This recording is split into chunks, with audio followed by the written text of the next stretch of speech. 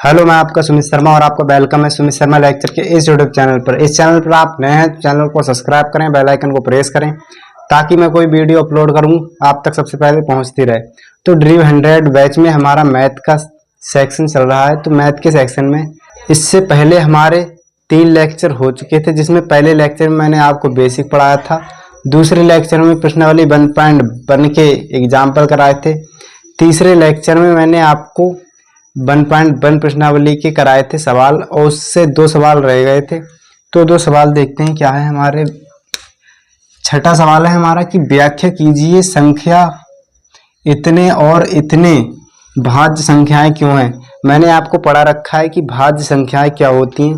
भाज्य संख्याएं वो संख्याएं होती हैं जो स्वयं से और एक के अतिरिक्त अन्य संख्या से भी विभाज्य होती है, वो होती है हमारी भाज्य संख्याएं। तो देखते हैं इसको अब हम कैसे करेंगे। तो पहले लिखेंगे सॉल्व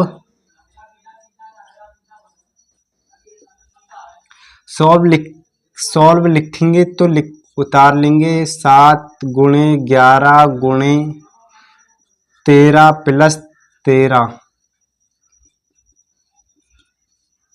इसमें क्या कॉमन आ रहा है हमारा 13, तो 13 को ले लेंगे कॉमन, तो आएगा 7 गुणे 11 प्लस 1। आएगा या नहीं आएगा। और उसके बाद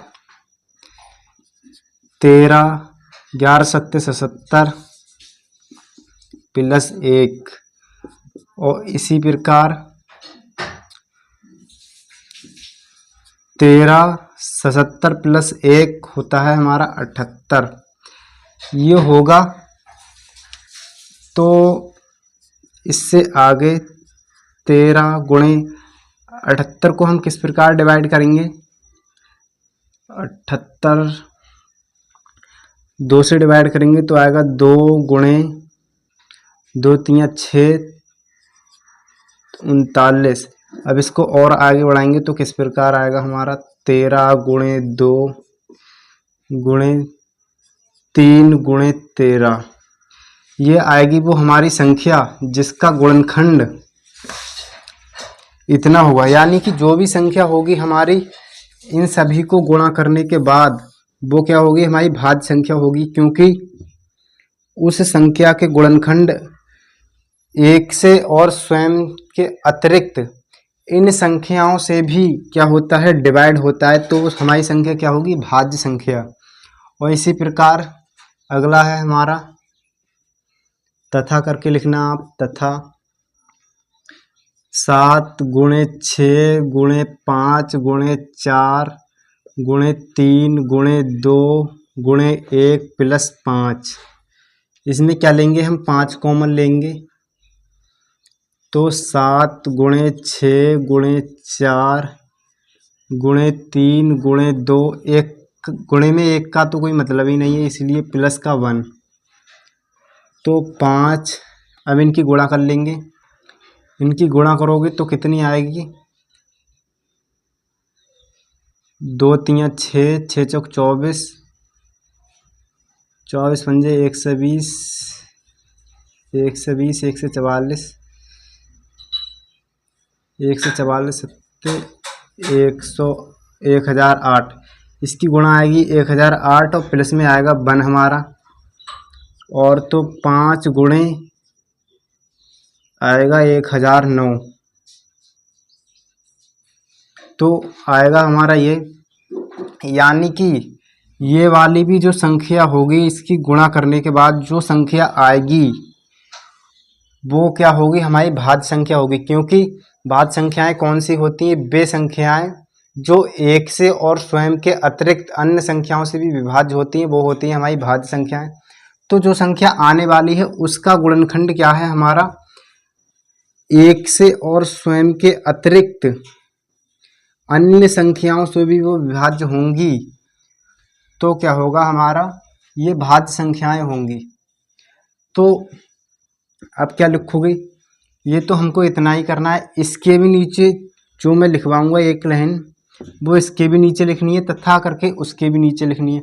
तो लिखवा रहा हूं मैं, अतः यह एक भाज्य संख्या है।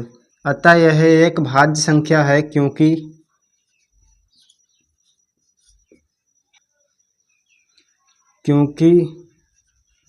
दो या दो से अधिक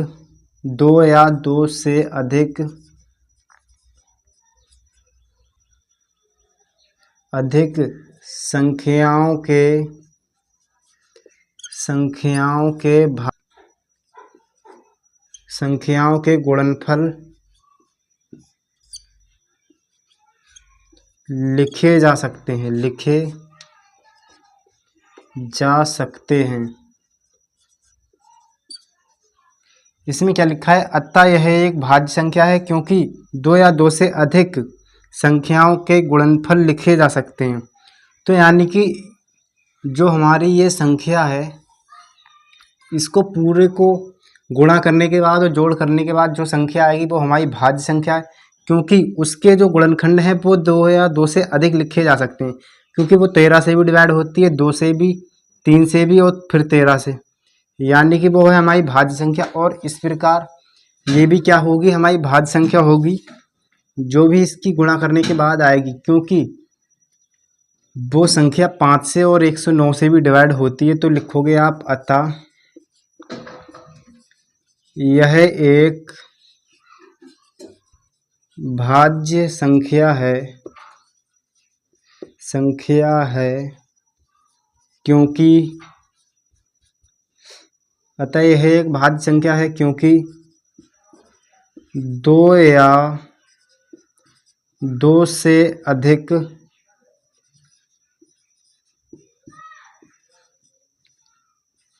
संख्याओं के गुणनफल लिखे जा सकते हैं। गुणनफल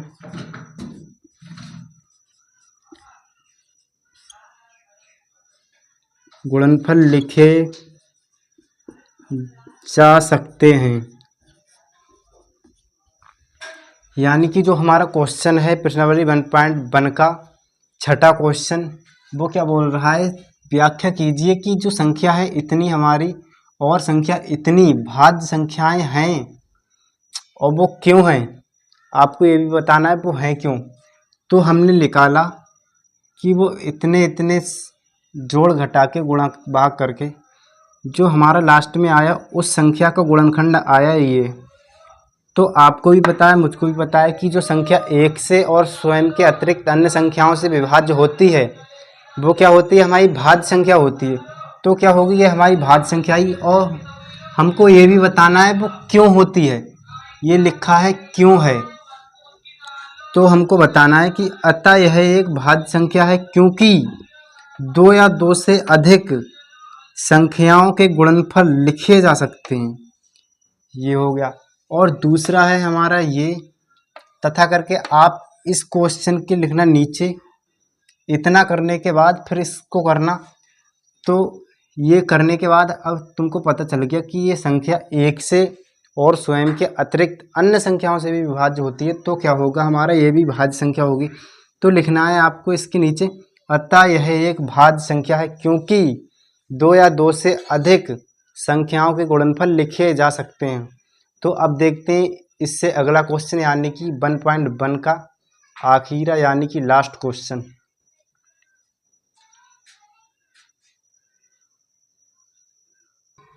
अब देखते हैं प्रश्नावली 1.1 का 7वां प्रश्न। 7वां क्वेश्चन क्या है हमारा? किसी खेल के मैदान के चारों ओर एक वृत्ताकार पथ है। किसी जो खेल का मैदान है उसके चारों ओर वृत्ताकार एक पथ है। तो वृत्ताकार पथ क्या है हमारा? माना कि हमने वृत्ताकार पथ है ये हमारा। इस मैदान का सोनिया को एक चक्कर लगाने में 18 मिनट लगता है। यानी कि जो सोनिया है, उसको एक चक्कर लगाने में कितने मिनट लगते हैं? 18 मिनट। और जबकि इसी मैदान का एक चक्कर लगाने में रवि को 12 मिनट लगते हैं। तो रवि को कितने मिनट लगते हैं? रवि को लगते हैं 12 मिनट। रवि को 12 मिनट लगते हैं। मान लीजिए वे दोनों एक ही स्थान और एक ही समय पर चलना प्रारंभ करके एक ही दिशा में चलते हैं। कितने समय बाद वे पुनः प्रारंभिक स्थान पर मिलेंगे? तो हमने क्या किया, यहाँ पर ही मान लीजिए कि सोनिया है और रवि दोनों हैं यहाँ पर। तो ये क्या करते हैं, सोनिया को मिनट लगते हैं 18 मिनट एक चक्कर लगाने में और रवि को 12 मिनट एक चक्कर लगाने में लगते हैं। तो और इसमें बोला गया है कि मान लीजिए कि भी दोनों एक ही स्थान और एक ही समय पर और एक ही दिशा में चलना प्रारंभ करते हैं, तो वे पुनः उसी स्थान पर कितने समय बाद मिलेंगे? तो सोनिया को एक चक्कर लगाने में कितना मिनट लगता है? सोनिया जब एक चक्कर लगाती है तो उसे मिनट लगते हैं 18।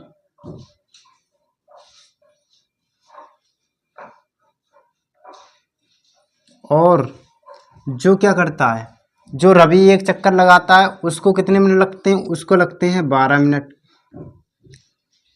तो फिर क्या होगा, जब तक सोनिया एक चक्कर लगाएगी तब तक रवि कितने चक्कर लगाएगा? 1.5। यानी कि जो सोनिया एक चक्कर लगाएगी 18 मिनट में, तो रवि कितने मिनट में लगाएगा? 12 मिनट में। यानी कि इससे 6 मिनट कम है इसके, तो 6 मिनट जब बढ़ाएंगे तो हमारा कहाँ तक आ जाएगा रवि? ये 1.5 चक्कर तक आ जाएगा। तो रवि 1.5 चक्कर लगाएगा और फिर सोनिया दोबारा चक्कर लगाएगी, यानी कि 2 चक्कर लगाएगी कितने मिनट में? 36 मिनट में। तब तक हमारा रवि 3 चक्कर लगा चुका होगा। रवि सोनिया लगाएगी 2 चक्कर 36 मिनट में और रवि लगाएगा 3 चक्कर 36 मिनट में। तो इसको मैं लिख देता हूँ, लिखेंगे सॉल्व। तो इसमें क्या बोला गया है कि एक मैदान का सोनिया एक चक्कर लगाने में 18 मिनट लगाती है। तो एक चक्कर लगाने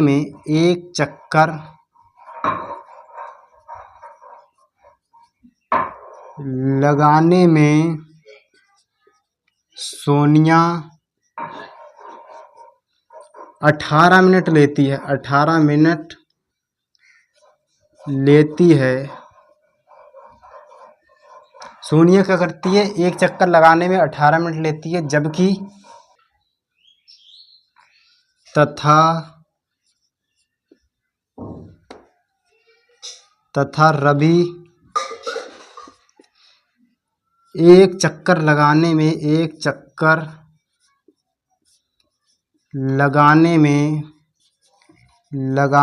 कितना मिनट लेता है? 12 मिनट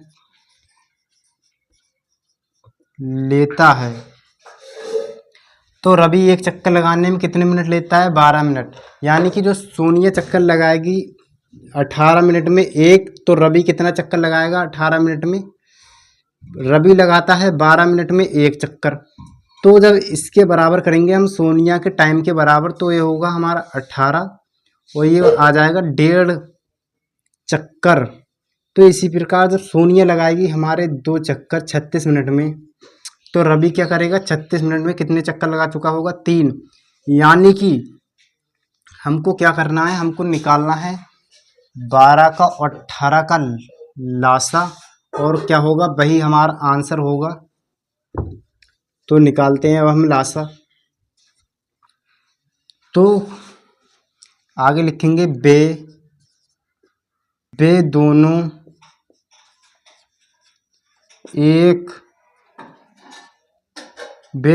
एक ही स्थान पर कितने मिनट बाद मिलेंगे? LCM 18 और 12 मिनट बाद पुनः प्रारंभिक स्थान पर मिलेंगे। प्रारंभिक स्थान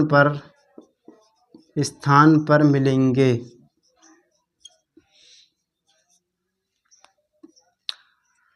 तो रवि है वो हमारा 18, तो वो रवि और सोनिया दोनों क्या एलसीएम 18 और 12 मिनट बाद मिलेंगे। तो हम इसका एलसीएम निकाल लेते हैं। 18 के पहले निकालने, 12 के अभाज्य गुणनखंड। तो 2 छक्का 12, 2 तिया 12 और 3 एकम 3। इसी प्रकार 18 के जब निकालेंगे तो क्या आएगा, 2 निम्मा, फिर 3 तिया 9, फिर 3 एकम 3।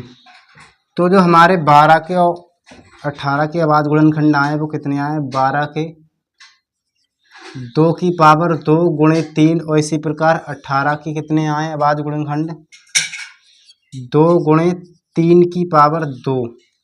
और जब हम एलसीएम निकालते हैं तो जो कॉमन होता है उसकी सबसे बड़ी घात, बाकी भी जो है उसकी भी क्या लेते हैं, बड़ी घात। तो निकालना है हमको एलसीएम, और किसका निकालना है, 12 का और 18 का। तो एलसीएम क्या आएगा हमारा, 2 है वो उसकी बड़ी घात क्या है, 2 की पावर 2, और इसी प्रकार 3 की पावर क्या है सबसे बड़ी, 3 की पावर 2, यानी कि 2 दूनी 4 और 3 तिया 9 और 9 चौक 36।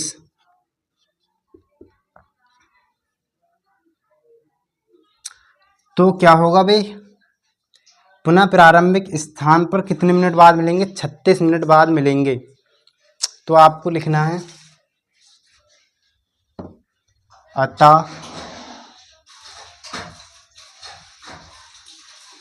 अतः वे पुनः प्रारंभिक स्थान पर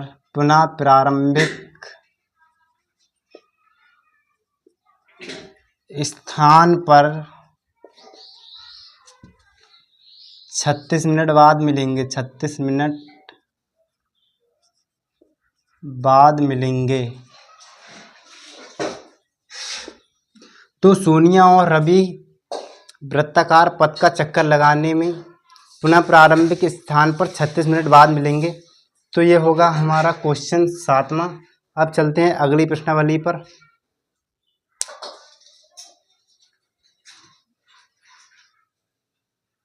तो अब स्टार्ट करते हैं एक्सरसाइज नंबर 1.2, यानी कि जो हमारा चैप्टर वास्तविक संख्याएं उसकी एक्सरसाइज 1.2 स्टार्ट करते हैं।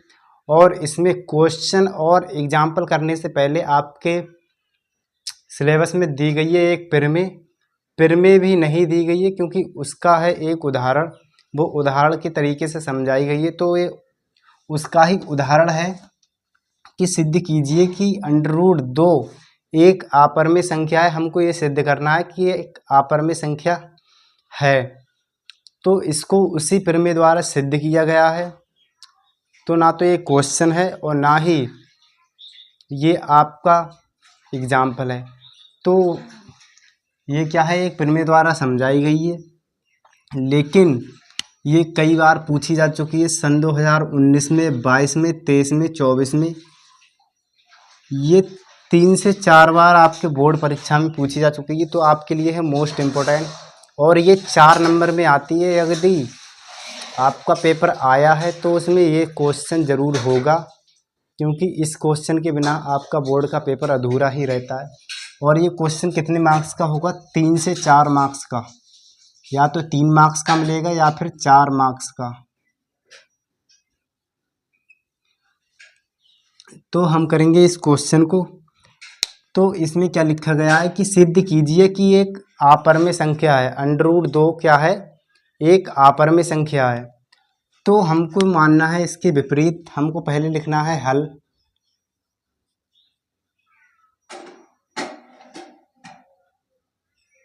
हमने क्या माना,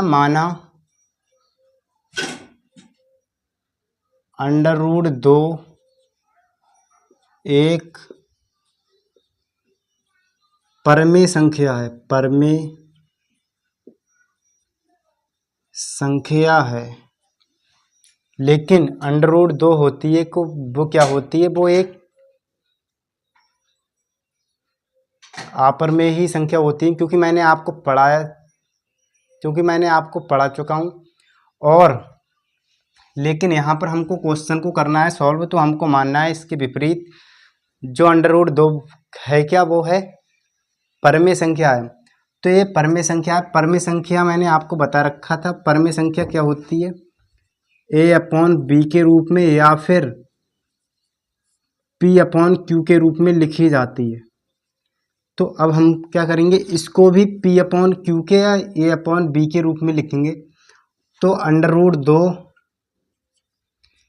क्या होगा, a अपॉन बी के रूप में होगा, लेकिन जो क्या है वो हमारा a और b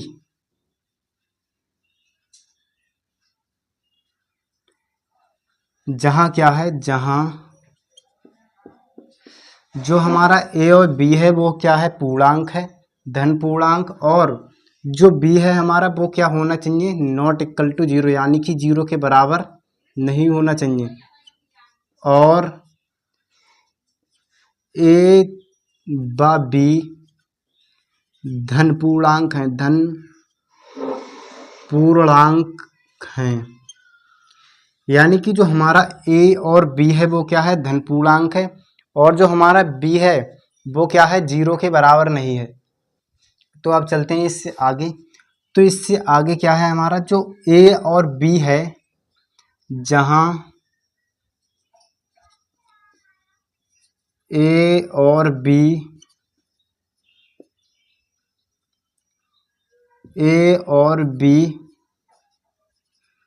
सह अभाज्य संख्याएं हैं, सह अभाज्य संख्याएं हैं, यानी कि जो a और b है हमारा सहअभाज्य संख्याएं हैं। सहअभाज्य संख्याओं का मतलब क्या होता है, उनका HCF होता है हमारा 1, वो होती है हमारी सहअभाज्य संख्याएं। सहअभाज्य संख्याएं, सहअभाज्य संख्याएं कौन सी होती हैं, जिनका HCF होता है हमारा 1, यानी कि जो हमने संख्याएं मानी हैं, शुरू से बताता हूं मैं आपको। माना हमने अंडर रूट 2 क्या है, एक परमेय संख्या है। फिर जो परमेय संख्या होती है वो a अपॉन बी के रूप में होती है, तो हमने अंडर रूट 2 को क्या कर दिया, a अपॉन बी के रूप में लिख दिया। जहां होता क्या है, b नहीं होता है 0 के बराबर, और a और b क्या है, धन पूर्णांक है। धन पूर्णांक यानी कि पॉजिटिव नंबर है। तो जहां क्या है, जहां a और b सह अभाज्य संख्याएं हैं। सह अभाज्य संख्याएं कौन सी होती हैं, जिनका होता है HCF 1। एग्जाम्पल के तौर पर मान सकते हैं आप, एग्जाम्पल के तौर पर 3 और 2, ये दोनों होंगी हमारी सहअभाज्य संख्याएं। तो अब चलते हैं इससे आगे।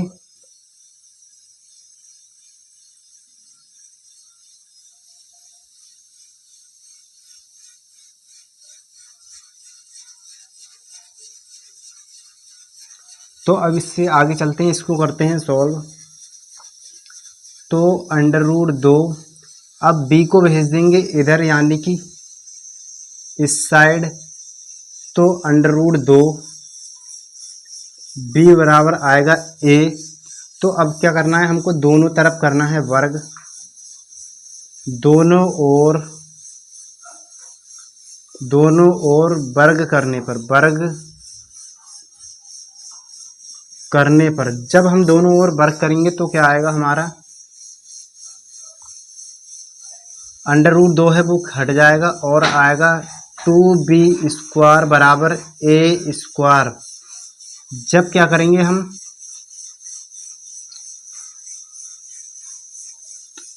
b² बराबर लिखेंगे तो क्या आएगा, a² अपॉन 2। तो क्या है हमारा, b² बराबर आया हमारा a² अपॉन 2। तो यहाँ पर क्या है हमारा, जो b² आया हमारा बराबर आया किसके, a² अपॉन 2 के, यानी कि यहाँ पर जो हो रहा है, जो a है हमारा, हम जो 2b² बराबर ए स्क्वायर है, हमको इसको मान लेते हैं समीकरण 1। तो यहाँ पर क्या होगा हमारा, ए क्या है वो 2 से डिवाइड है। मैं पहले थ्योरी लिखूंगा उसके बाद आपको समझाऊंगा। तो यहाँ पर क्या है हमारा, जहाँ ए स्क्वायर 2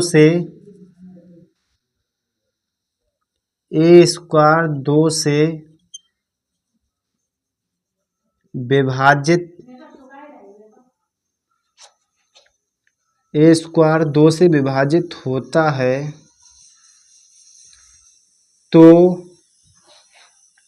तो क्या होगा, ए भी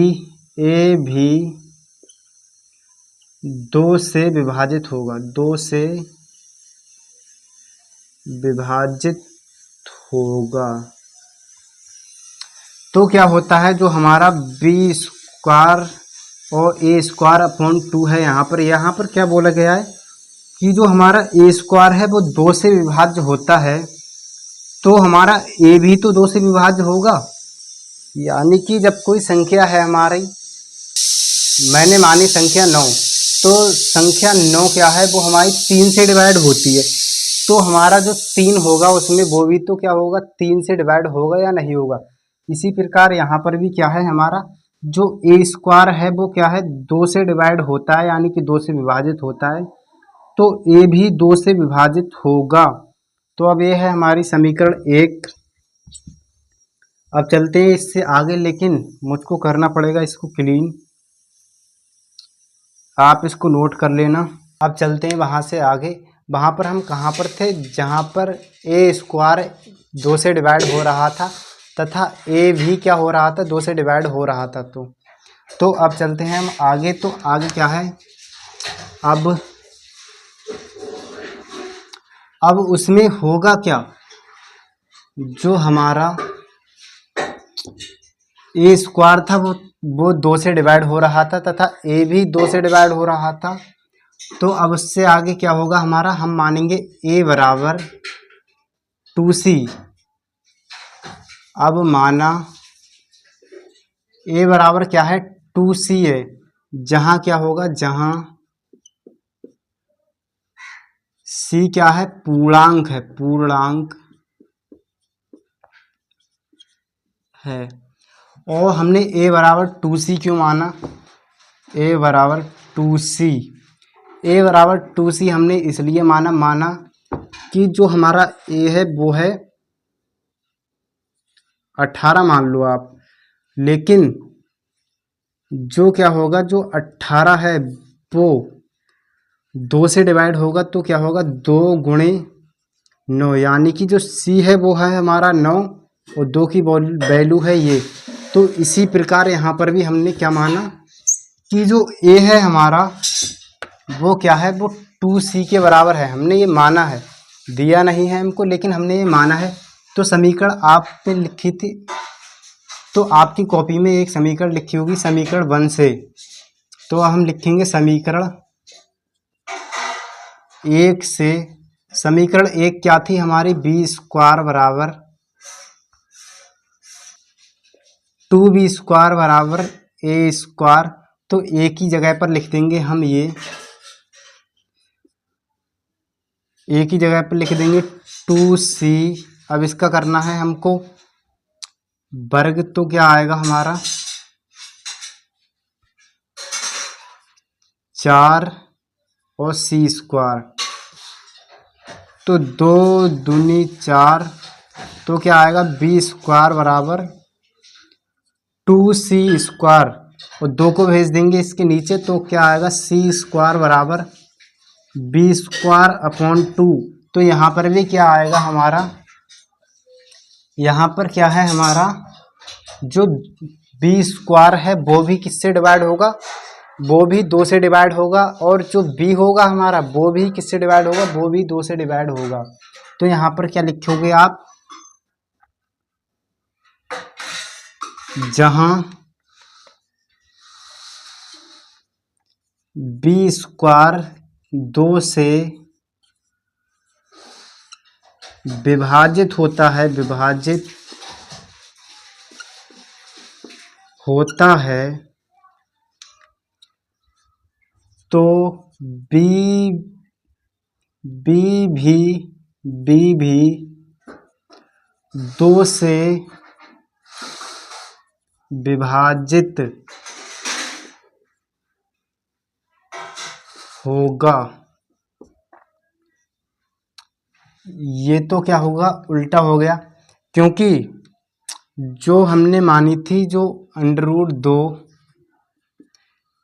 ए अपॉन बी के रूप में, और जो ए अपॉन बी के रूप में मानी थी, ये कौन सी थी, सह अभाज्य संख्याएं, सह अभाज्य संख्याएं, सह अभाज्य थी। सह अभाज्य में क्या होता है, कोई भी क्या होता है, उभयनिष्ठ, यानी कि उभयनिष्ठ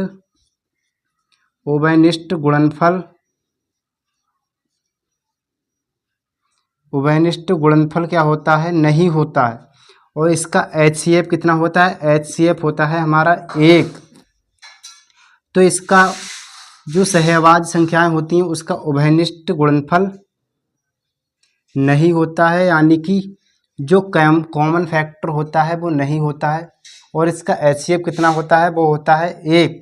लेकिन यहाँ पर क्या हुआ, जो A है हमारा वो भी 2 से डिवाइड हो रहा है, और जो B है हमारा वो भी 2 से डिवाइड हो रहा है। तो यहाँ पर इसके दोनों के मल्टीपल में क्या होगा, 2 से, और 2 से मल्टीपल किया हुआ होगा, यानी कि इसका मल्टीपल कुछ ना कुछ होगा।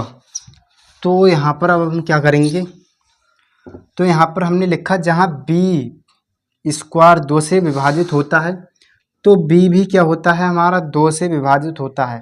अब हम इससे आगे लिखेंगे, इससे यह निष्कर्ष निकलता है कि इससे यह निष्कर्ष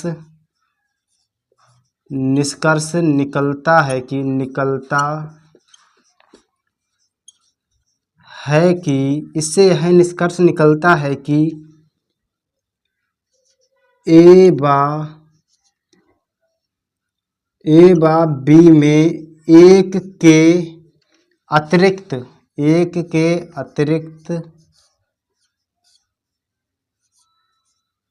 इससे यह निष्कर्ष निकलता है कि ए बा बी में एक के अतिरिक्त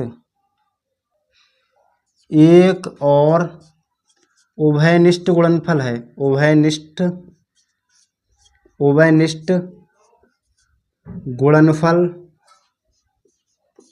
गुणनफल उपस्थित है, या फिर गुणनफल नहीं,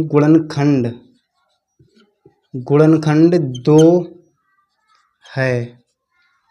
इसमें क्या है, इससे यह निष्कर्ष निकलता है कि जो A और B है हमारा, उसमें एक के अतिरिक्त एक उभयनिष्ठ गुणनखंड 2 है, यानी कि 2 उपस्थित है उसमें, क्योंकि जो संख्या A और B है हमारा, इसमें 2 गुणनखंड उपस्थित है। यदि हमने माना कि ऊपर वाली संख्या है 4 और नीचे वाली है संख्या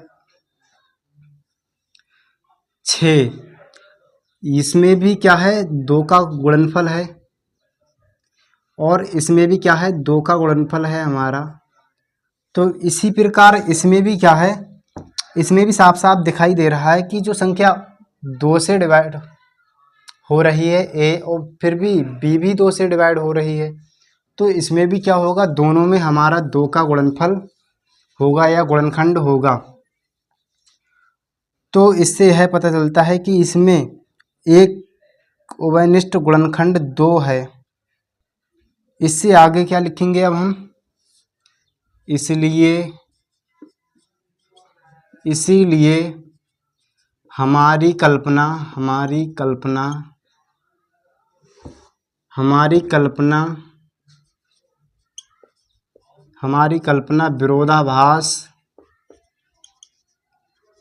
विरोधाभास प्राप्त होती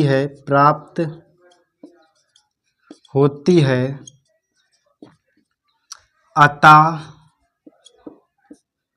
√2 एक अपरिमेय संख्या है, अपरिमेय संख्या है। ये हो जाएगा हमारा सिद्ध। तो सिद्ध करने का इतना बड़ा प्रोसेस है ये, लेकिन 3 से 4 अंक में आता है, आपको समझ में आ चुका होगा।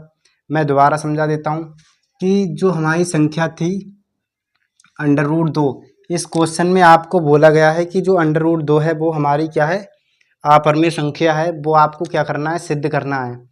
तो हमने √2 को किसके बराबर लिखा, a और b के बराबर। तो जो हमारी a और b क्या है, जो b है हमारा वो नॉट इक्वल टू 0 है, यानी कि 0 के बराबर नहीं होना चाहिए। और a b हमारे क्या हैं, धन पूर्णांक हैं। और जहाँ a और b सह अभाज्य भी हैं। सह अभाज्य का मतलब कि इसका HCF 1 होगा, HCF a का और b का क्या होगा, 1, और इसके अलावा कुछ भी नहीं होगा। तो क्या हुआ, हमने फिर क्या किया था, b को भेज दिया था इसके ऊपर और कर दिया था वर्ग, और इसी को समीकरण फिर मान लिया था 1, और इसी प्रकार आगे किया था। तो वो क्या हुआ, हमारा a² था वो 2 से विभाजित हो रहा था, और तो क्या होगा, a भी हमारा 2 से विभाजित होगा। तो हम चले इससे आगे। तो उससे आगे हमने क्या किया, तो उससे आगे किया था कि जो था हमारा, माना था हमने a² बराबर 2c, यानी कि जो a है हमारा वो 2 से डिवाइड हो रहा है, तो उसमें हमारा 2 का गुणनखंड कुछ ना कुछ छिपा होगा। तो हमने माना कि a बराबर 2c है, यानी कि a के ही अंदर क्या है, 2 और c का गुणनफल है। तो क्या हुआ, जहाँ क्या है c हमारा पूर्णांक है, तो समीकरण 1 थी हमारी ये वाली। समीकरण 1 में हमने रख दिया a का मान, तो हमारा निकल के आया c बराबर c² बराबर b²/2। जहाँ क्या है b² 2 से विभाजित हो रहा है, तो b भी हमारा क्या होगा, 2 से विभाजित होगा।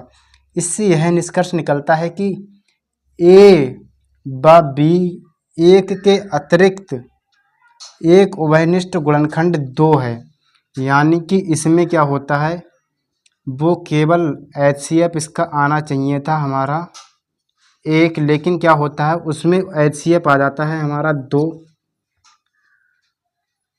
यानी कि उसमें एक उभयनिष्ठ गुणनखंड 2 भी है। तो क्या होगा हमारा, तो ये क्या होगा हमारा, ये परमेय संख्या नहीं होगी। तो इसीलिए हमारी कल्पना क्या होती है, विरोधाभास प्राप्त होती है। अतः √2 एक अपरमेय संख्या है।